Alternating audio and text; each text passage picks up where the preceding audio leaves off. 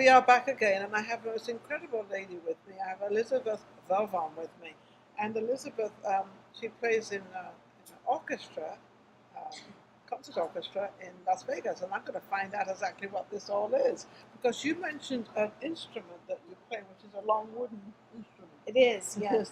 What was the name of it again? It's called a bassoon. It's called a bassoon.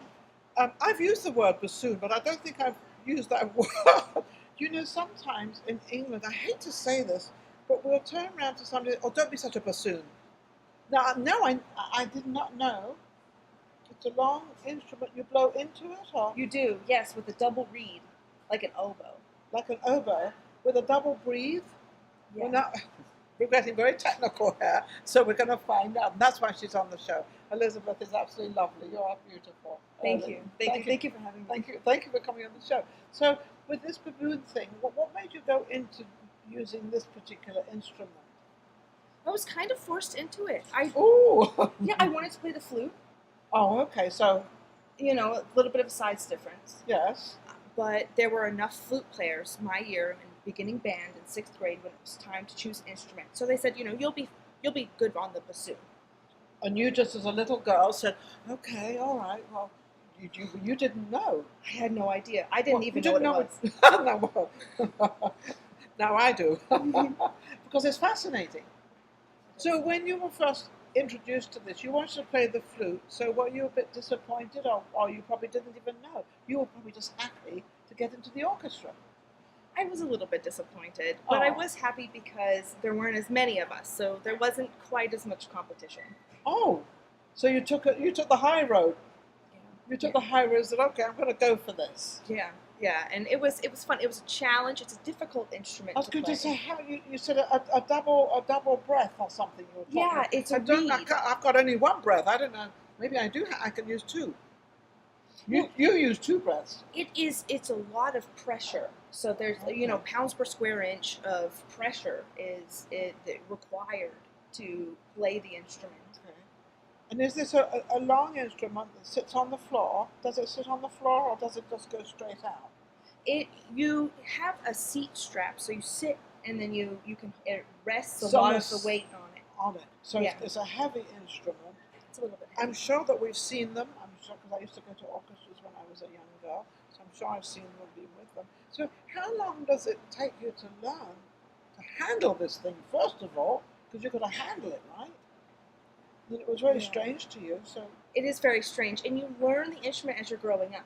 So you're small, playing this very long instrument, and it's a bit of a challenge, you know. And so you're growing. You're growing into it. Exactly. And so, I think you really start to excel once you've finished growing. Yes. And then you don't have to adjust. Fortunately, the instrument's not growing. You're growing into it. It's staying its size, fortunately. Yeah, it doesn't get any bigger. I mean, they don't start you out with a smaller one. They start you out with exactly what it is. Exactly, yes, that size. Yeah, we have a baby version, but it doesn't play quite as well. No. So when you got this, and you have a little place head that you blow into it, what was that experience like? You can feel your kind of brain rattling around. Am I playing this? Is my brain rattling? Yeah. It's kind of waking you up. Exactly. Yes, exactly. So, can you play, I guess you can, play any song, any symphony, because you play symphonies, right? I do. So you play any symphony you want with this thing when the music allows you to come in. I mean, you don't play all the time. I don't play all the time. No. So when you're in the orchestra, because I know in orchestras, we all know this, that there's certain instruments come in which make the song, or whatever it is. So do you come in that often, or is this particular instrument used that often in an orchestra? Well, it's a very ancient instrument. We have been around since the Baroque era, so the mid-1600s. And so, so it's been used quite a bit. It has this beautiful, unique color that can blend with any instrument.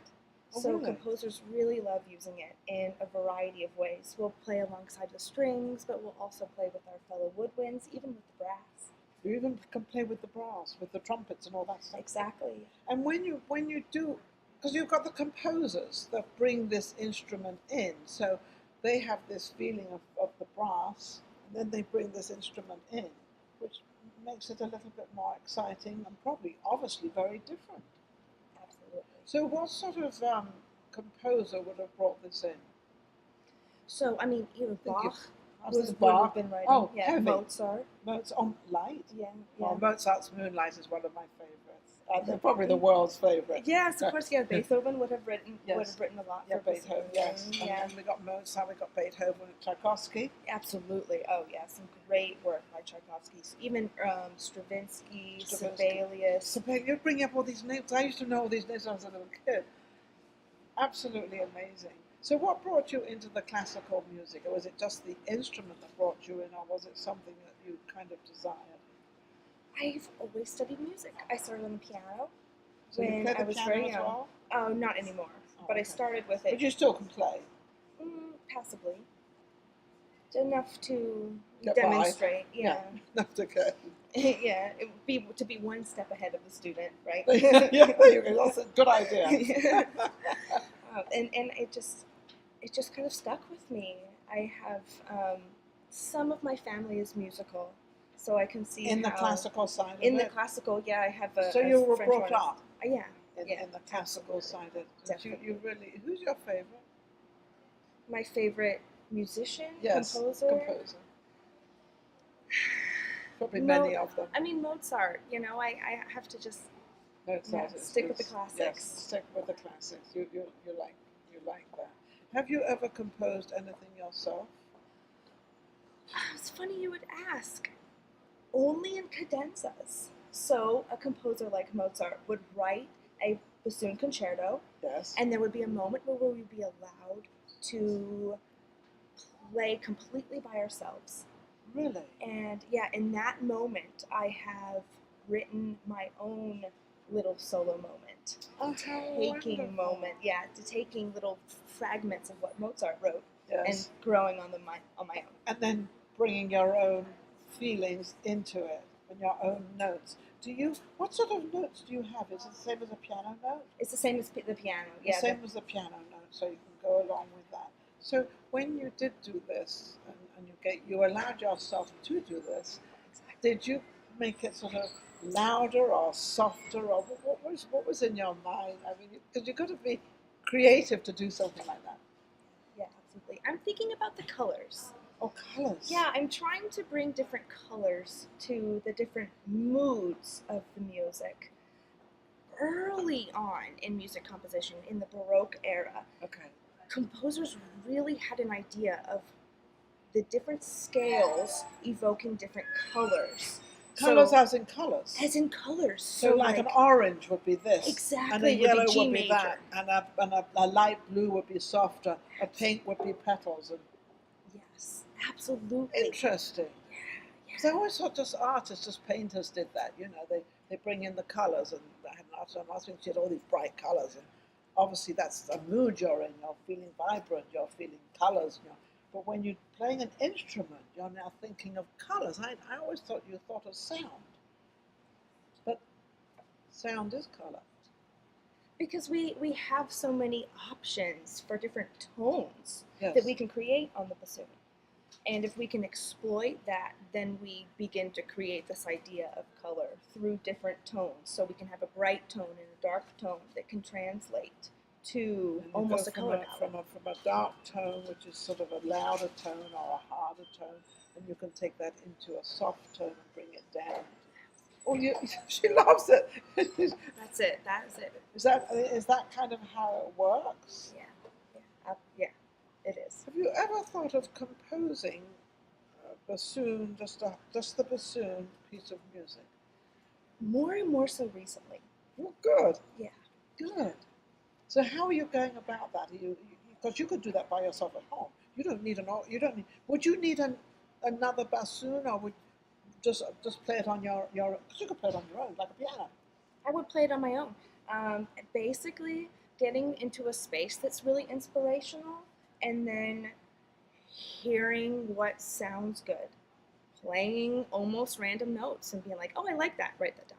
Yes. So as you're playing it, you can keep a note or discard a note. Oh, that doesn't really fit. That doesn't fit in with this. Do you find that the colors kind of bring in to the next note, a color will bring it like very loud, and then all of a sudden you're very soft, and then you translate and come back up again. Yes.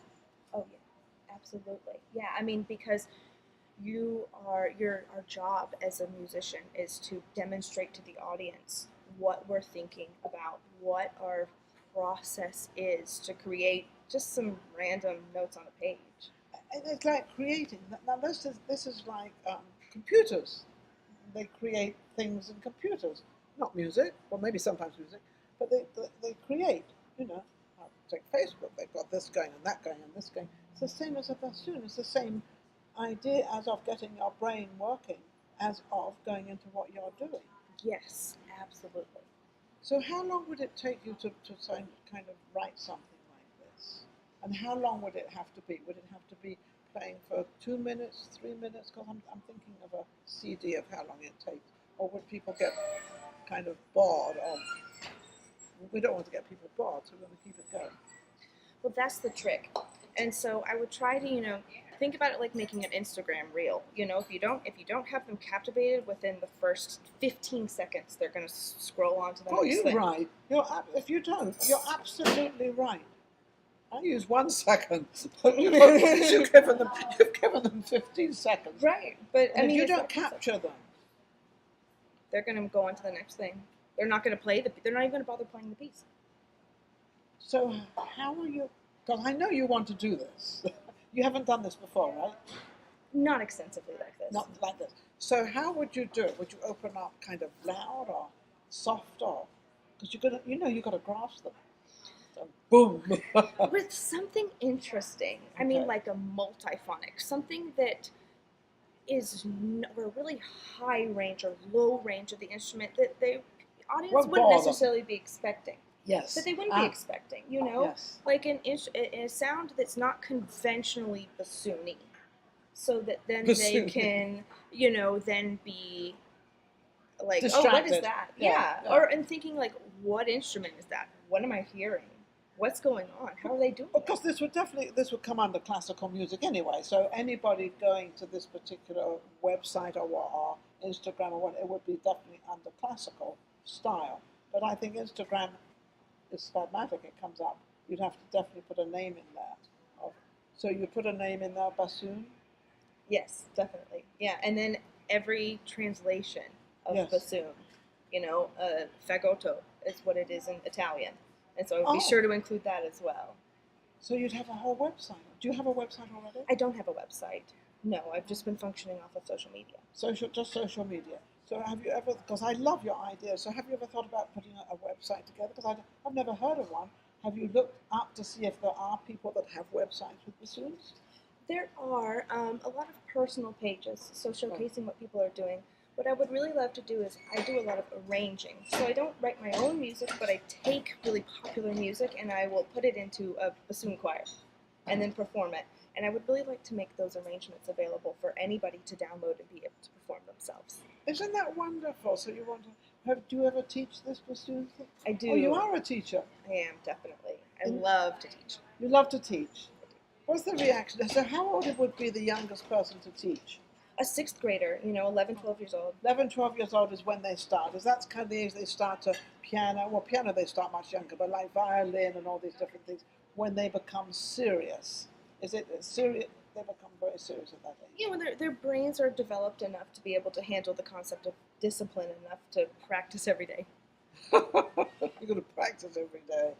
Well, that's like anything you go into as a young age. It's true. And the more you practice, the luckier you become. It's true. So lucky, yeah, but you haven't practiced like I practice. And it's true, practice makes perfect. And it absolutely is true. So you teach at a school, or do you teach where do you teach? I teach at UNLV. How wonderful. I do, yeah. I also teach at the Las Vegas Academy of the Arts. Oh, okay. So can we put those names out there where they can find you if they want to join? Yeah, absolutely, yeah. Put that out. Can you explain where it is and how they get hold of you? So I am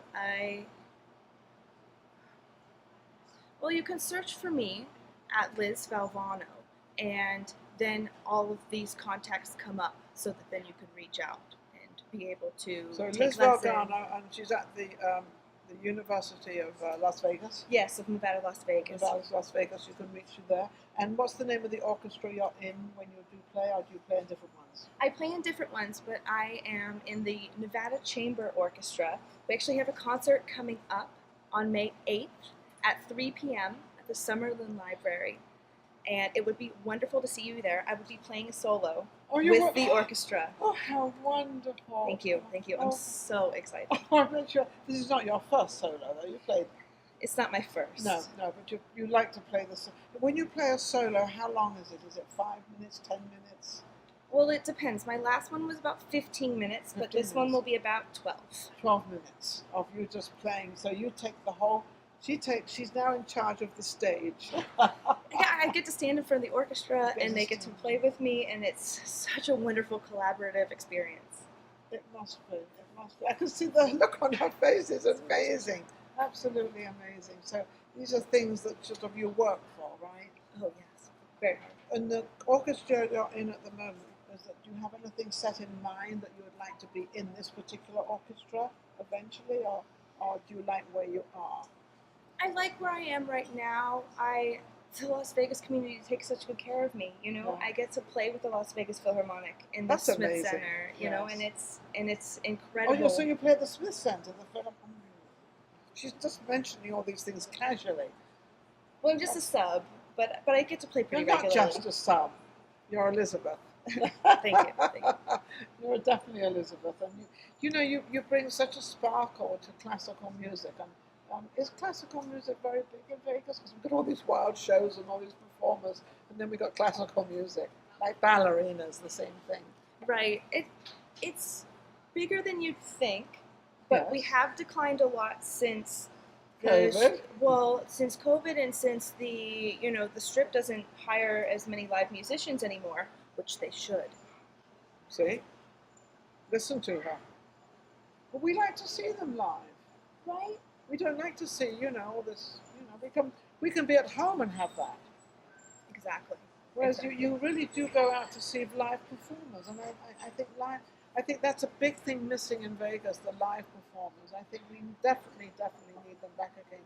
So it gives a whole different aspect out there, a whole different, place out there. It does, and it's great energy for the visual performers as Yes. well, to have live musicians accompanying them. Yes, absolutely. Well, Elizabeth has been amazing. She's opened up this whole new classical arena, which is absolutely fabulous. And as you said, what was it? May 8th? May 8th, Mother's Day. May 8th, Mother's Day, at the library, 3 p.m. in Summerland. Okay, and we'll see you there. Hopefully I'll come up and see you and Thank you. be there. But thank you so much for coming. It's been absolutely amazing. You never know what's going to happen with Vegas Live with Ninon. We go all in different directions of it's not always just people singing and dancing. It's also classical music as well. So don't forget to tune into YouTube and see all our shows. We've got loads of different shows there. We've been doing this for 7 years now, so we've got quite a few shows. I will say the shows at the beginning maybe not as good as the shows now, but they're still me. What can I say? I just get better as I get older, I guess. Whatever. Like all of us, practice makes perfect. We'll see you on YouTube. Don't forget to subscribe. Don't forget to join. And don't forget to check out social media shows. That is my producer. Take care. We'll be right back with the next guest. You take care.